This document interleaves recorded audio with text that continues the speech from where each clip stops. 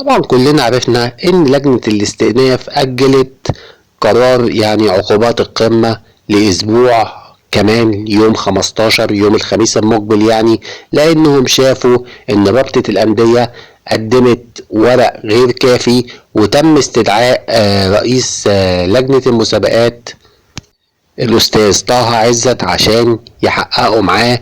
والكلام دوت طبعا بالتالي رد عليه مجلس إدارة نادي الزمالك بخطاب كبير، وقالوا انهم قدموا طلب بتقديم الموعد قبل يوم 13 اللي هو الثلاثاء المقبل مباراة بيراميدز. قالوا انهم قدموا طلب ان تظهر نتيجة الاستئناف قبل يوم 13 والا هيتخذ نادي الزمالك اجراءاته.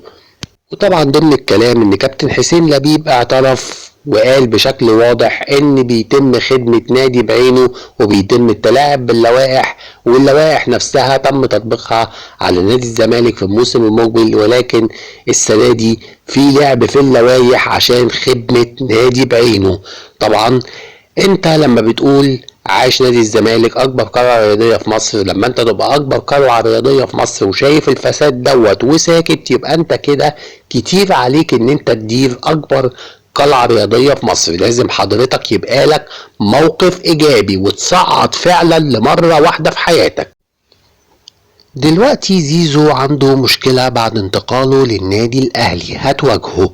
مستر جوزيه جوميز المدير الفني السابق لنادي الزمالك بنسبة 90% هيصبح هو المدير الفني الجديد للنادي الأهلي في كأس العالم للأندية، بعد ما خلاص وصلوا لمرحلة كبيرة من المفاوضات وتم الاتفاق على مبلغ 250 ألف دولار شهريا، اللي هو بما يوازي قد اللي كان بياخده في نادي الزمالك 5 مرات، وهو نفس مرتبه مع نادي الفتح السعودي حاليا.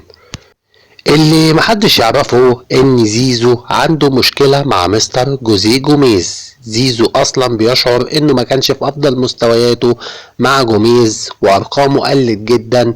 غير كده جوميز كان بيلعبه في كذا مكان غير مكانه الاساسي، وكان كل ما بيطلع من الماتش اما كان جوميز بيغيره تلاقيه خارج بيتشنج وكلام من دوت. طبعا كلنا عارفين ان في مشكلة بين زيزو وجوميز، فبالتالي زيزو حاليا هيلاقي جوزيه جوميز معاه في النادي الاهلي، وطبعا الوضع هيختلف لان زيزو لما كان في الزمالك كان هو النجم الوحيد في مكانه، لكن حاليا في النادي الاهلي وفي الصفقات الجديدة اللي لسه هيدعم بيها النادي الاهلي، فبكده زيزو هيبقى عنده مشكلة. الأستاذ أيمن سالم هو اللي هيدير المنظومة الإعلامية داخل نادي الزمالك، وهو اللي هيتولى قناة نادي الزمالك، ونتمنى إن شاء الله إن القناة تتطور على إيده. على فكرة أستاذ أيمن سالم يعتبر من مؤسسي قناة الزمالك في عهد المستشار مرتضى منصور. غير كده إنه ساهم في تطوير قناة MBC مصر، وليه مساهمات كبيرة في الإعلام المصري. نتمنى ليه التوفيق معانا. كابتن أيمن الرمادي اليوم في المؤتمر الصحفي بتاع مباراة سيراميكا كليوباترا اللي هتقام غدا إن شاء الله في تمام الساعة 5 قال كلام كتير جدا وتغزل في نادي الزمالك.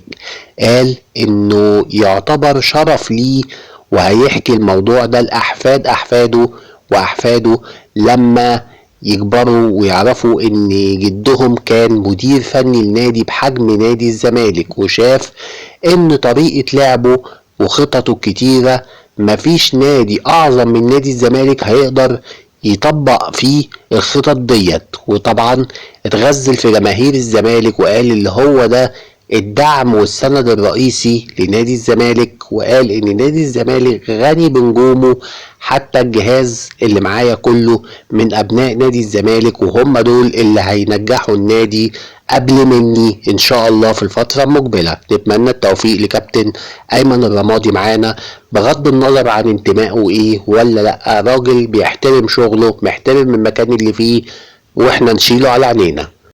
طاقم تحكيم مباراة الزمالك وسيراميكا كليوباترا اللي هتقام غدا ان شاء الله في تمام الساعة 5 مساء.